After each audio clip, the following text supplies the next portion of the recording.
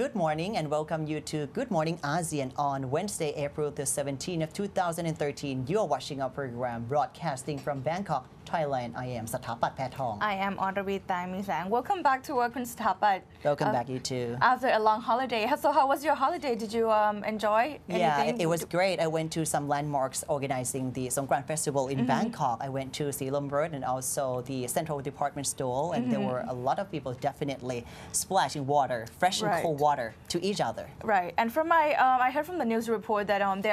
there were many tourists from our neighboring countries came to join our festivals as well. Exactly. Right, and I hope many of you, our beloved audience, will not get sick on the first day back to work. And we are here with you to deliver the updates around the region, starting with the upcoming general election in Malaysia, Kun Satapat Pathong. We're starting with Malaysia's ruling Barisan Nasional is fielding new faces for a third of the 222 parliamentary seats and almost half of the 505 state constituency in the general election. These fresh and untested candidates are part of a winnable lineup that Najib Razak has dubbed the Barisan National Transformation Team, a lineup that he said could meet the people's expectations and deliver all its manifesto pledges. On whether the high number of newcomers would result in more aspirants feeling disappointed and not being picked, the Prime Minister and Barisan chairman replied that he was more worried about the disappointment of the Barakat party. Najib said 91% of their lineup had at least a diploma qualification, and among them were lawyers, doctors, scholars trained in Islam and Islamic law, university professors, and administrative and diplomatic officers. A number of them are popular grassroots leaders to ensure a balanced mix in the lineup. He said the selection of candidates had been a long process involving negotiations with component parties and state leaders. Prime Minister Najib also said after presenting the list of Barisan candidates to the component party's president and state chiefs that he is confident this is the strongest team the party can field, able to implement their manifesto and help the government make a success of the national transformation programs.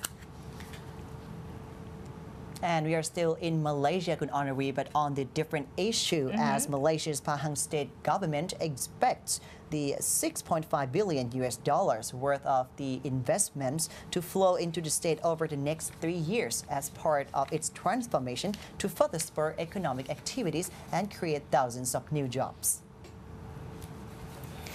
It had identified 72 projects, of which 34 are currently under various stages of implementation, and there are 38 new ones. Besides expansion of the Kuantan port and the construction of highways, several local and foreign investors have committed to set up a stainless steel plant, an aluminum plant, a palm oil refinery, a cement plant, and also several hotels and resorts in the state over the next 3 years. Last year, it's managed to lock in 6.34 billion ringgit worth of investments, and over the next 3 years, the trend will continue as they are aiming for 5 billion to 6 billion ringgit to flow in every year. The flow of foreign and domestic investments into the state has been steady. On average, the state used to receive 2 billion ringgit worth of investments a year in the past, but last year it saw a significant jump to 6.34 billion ringgit. And we're shifting our focus to Myanmar as Thailand's state-owned communication authority is bidding to win a contract to install a fiber optic cable system for Myanmar's Southeast Coast Center on Dao Wei. According to the Irrawaddy, the authority, also known as CAT Telecom, said such a system would provide broadband quality internet communications for the planned special economic zone around the way. Thai Executive Surapon Sungwansin was quoted as saying that a feasibility study showed CAT would need to invest the equivalent of $41 million to construct a cable, mostly undersea, for 800 kilometers from Dao Wei down the coast to its base station in Satun, southern Thailand. It was not made clear why such a long cable route was necessary when Bangkok is less than half the distance from the way. A number of foreign firms are bidding for telecommunication rights in Myanmar, although most are focused on the busier Yangon-Mandalay corridor. The multi-billion-dollar Dawei project contracted to another Thai company, Italian Thai Development, and backed by the Bangkok government, is stalled due to a lack of big investor support.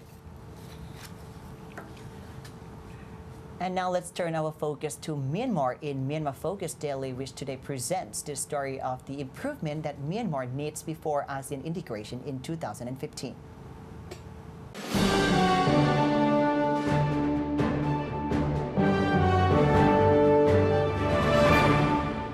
November last year, Myanmar enacted its new foreign investment law, giving more benefits to foreign investors, such as the extension of land lease from 30 years to 60 years or 5-year tax holiday. However, there are still many areas that need to be improved, such as rules and regulations in banking system or profit repatriation, lack of infrastructure, hotels and telecommunications system. Among all the problems, foreign investors have seen numerous opportunities. Investors from Japan or South Korea have already set their footsteps in the country in order to secure the business opportunities. เรากำลังพูดถึงประเทศหรือว่าระบบเศรษฐกิจที่ไม่มีการลงทุนเลยในช่วงหลายสิบปีที่ผ่านมานะครับมีการลงทุนน้อยมากนะฮะกำลังการผลิตไฟฟ้านั้นเนี่ยมีไม่ถึง 2,000 เมกะวัตต์นะครับอย่าลืมว่าประเทศไทยเนี่ย 30,000 กว่าเมกะวัตต์นะครับเรากำลังพูดถึงGDP ต่อหัวนะครับที่ประมาณ900 เหรียญสหรัฐแค่นั้นเองนะครับเพราะฉะนั้นสหภาพมีแม่นั้นเนี่ยยังต้องการการลงทุนอยู่มากนะครับจะเรียกว่าเรามองหันซ้ายหันขวาก็จะพบ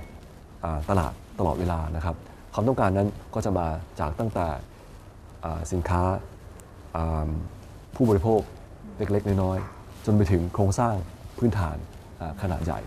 นะครับเพราะฉะนั้นเป็นเหตุที่ว่าทำไมนักลงทุนไทยเนี่ยมีความสนใจในตลาดของเมียนมามากทีเดียวนะครับ However, Thai entrepreneurs express a strong interest to invest in Myanmar, but without carefully considering investment information, as Myanmar still have problems in doing transaction. เมียนมานั้นได้ประกาศกฎหมายการลงทุนต่างประเทศนะครับหรือว่า Foreign Investment Law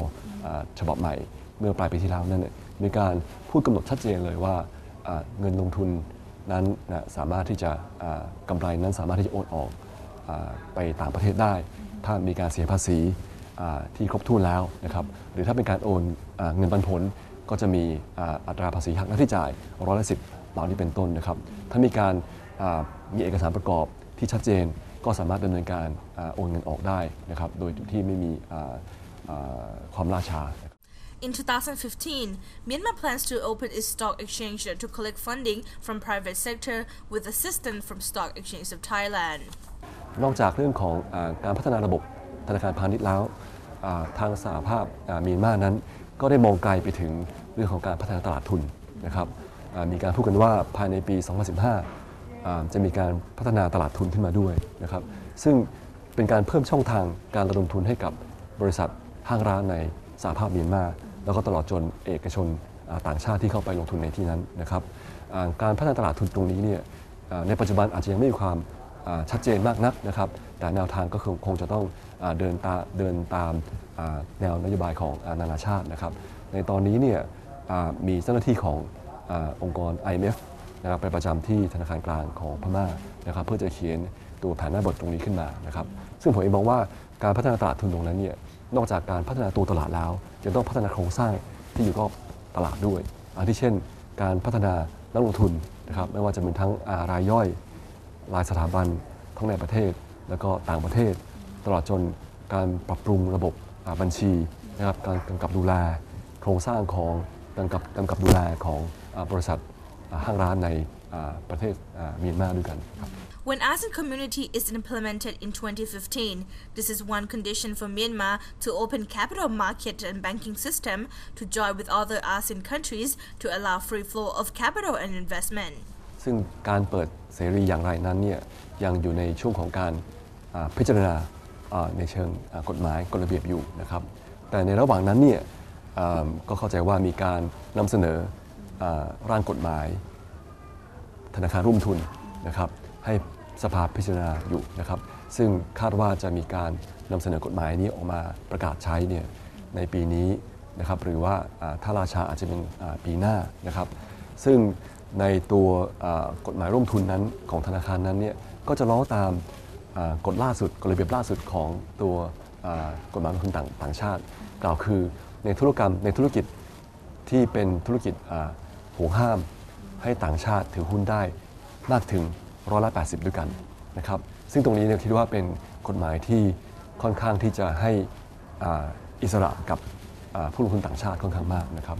กฎหมายร่วมทุนธนาคารนั้นก็เข้าใจว่านะครับจะล้อตามตัวกฎหมายลงทุนระหว่างต่างประเทศตรงนี้นะครับเพราะฉะนั้นอันนี้ก็คงจะเป็นกระบวนการ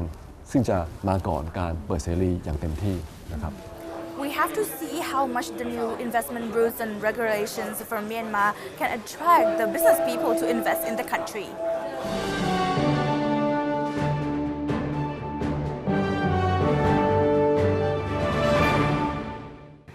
Indonesia may have to import coal by the year of 2020. We have more details on this story after a short break.